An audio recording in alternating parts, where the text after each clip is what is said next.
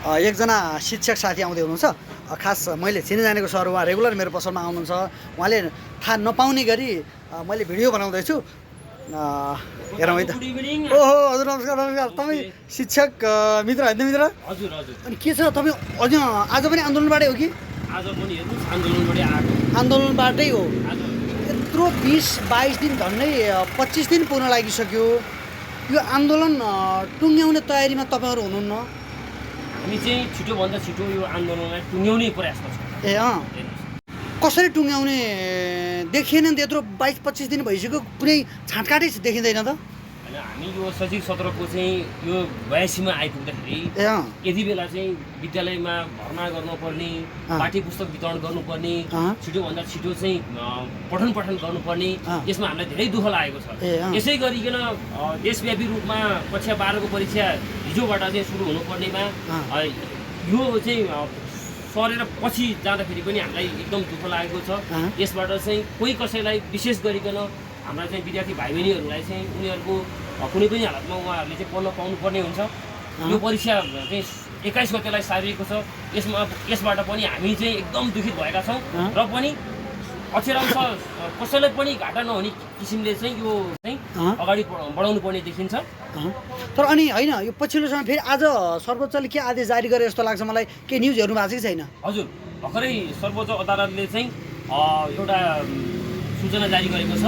प्रधानमन्त्री तथा मन्त्री परिषदको कार्यालयलाई चाहिँ पत्रचार गरेर चाहिँ अबको 3 दिनभित्र संविधान सम्मत शिक्षकको मागलाई चाहिँ पुरा हुने बाटोतर्फ उन्मुख गरेर यो आन्दोलनलाई सहजीकरण गरिदिने चाहिँ भनेर चाहिँ सूचना चाहिँ जारी गर्यो। यसो छ, अब तपाईँको हामीले त संविधान मान्नुपर्छ होइन?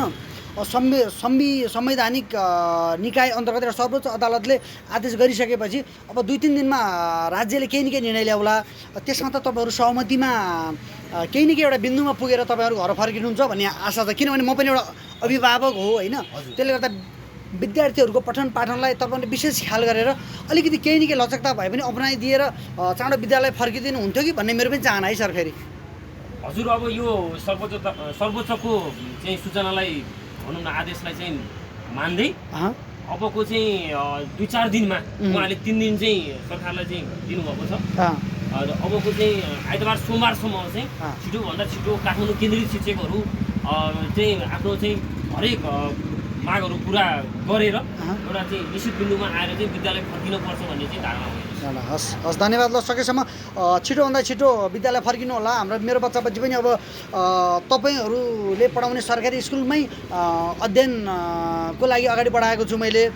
मलाई त अहिले पछिल्लो समय पछुतो लाग्न थाल्यो। बोर्डिङ स्कुलमा पढाइरहेको थिएँ, सरकारी स्कुलको चाहिँ निकै राम्रो चाहिँ प्रगति देखेको भएर सरकारी स्कुलमा लगेर एडमिसन गराएँ।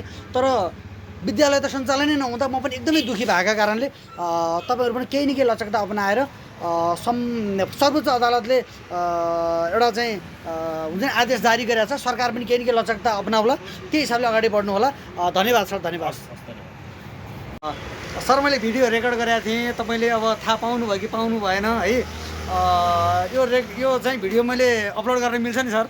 मिल्छ है त। हस्, ओके ओके ल, थ्याङ्क यू भेरी मच।